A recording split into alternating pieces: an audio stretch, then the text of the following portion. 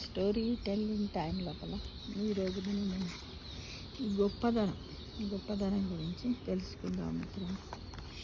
ఏంటంటే తాతయ్య చాలామంది పిల్లలకు వేసవి సెలవుల హాలిడేస్ రాగానే అమ్మమ్మ గారింటికి నానమ్మ గారింటికి వెళ్ళడం అలవాటు కదా. నానమ్మ తాతయ్య అమ్మమ్మ తాతయ్యలు ఉంటారు కదా ఇప్పుడు. అలానే వెళ్ళారనమాట. వాళ్ళకు తాతయ్య చెప్పే కబుర్లు అంటే చాలా ఇష్టం. ఎవరికి? రేవంత్ హేమలకు చాలా ఇష్టం. రాత్రి భోజనాలు అయ్యాక ఆయన చెప్పే కథల కోసం ఎదురు చూసేవారు. ఎందుకంటే ఎప్పుడు చీకటి అవుతుందా, ఎప్పుడు తాతయ్య కథలు చెప్తాడా, ఎప్పుడు మనం అన్నీ నేర్చుకుంటామా అని పెద్ద ఆందోళన ఆతృతగా ఉండేవారు. అంటే ఒకరోజు ఆరు బయట అందరూ కూర్చొని ఉన్న సమయంలో తాతయ్య మాట్లాడుతూ, మా చిన్నతనంలో మేము రోజు చేసే పనులలోని వ్యాయామం ఉండేదిరా, ప్రత్యేకంగా వ్యాయామం అవసరం ఉండేది కాదు అన్నాడు నవ్వుతూ. ఇప్పుడు అంతేగా. ఇప్పుడేమో జిమ్లో పోతున్నారు, అవి ఇవి అన్నారు. మరి ఇప్పుడు అని అడిగారు రేవంత్ హేమ.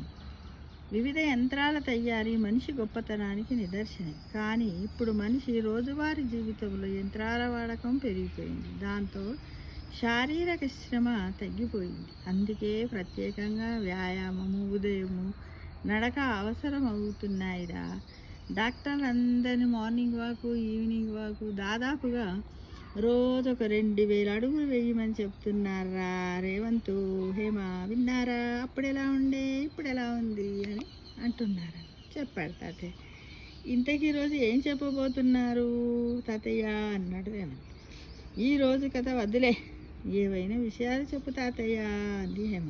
రోజు కథలేంది తాతయ్య, కొన్ని కబుర్లు చెప్పు అని అన్నది అనమాట. చిన్నప్పటి అవి ఉంటాయి కదా.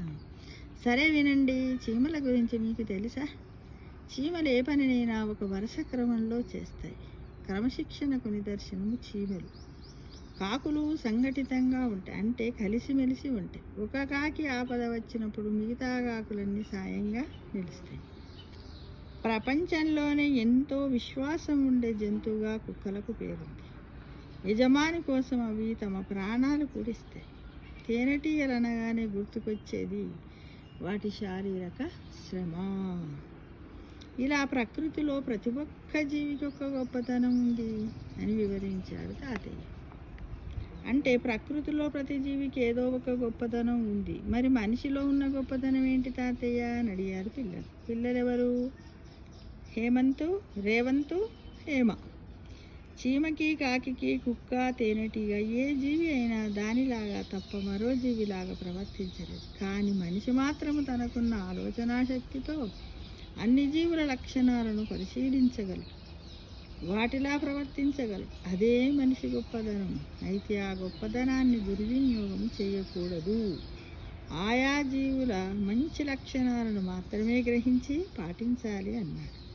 ఆ మాటలు పిల్లలకి ఎంతగానో నచ్చాయి. నువ్వు చెప్పినట్లే నడుచుకుంటాను తాతయ్య అన్నారు పిల్లలు. అంటే పూర్వకాలం లోపల తాతయ్య నానమ్మ నుండి ఇలా చెప్తే వాళ్ళు కొంతలో నేర్చుకున్నారు. ఇప్పుడు ఏమున్నది వాళ్ళకి? తల్లిదండ్రులకు ఓపిక లేదు, ఎవ్వరు కూడా సరిగా చెప్పడం లేదు. అంతే కదా మిత్రమా?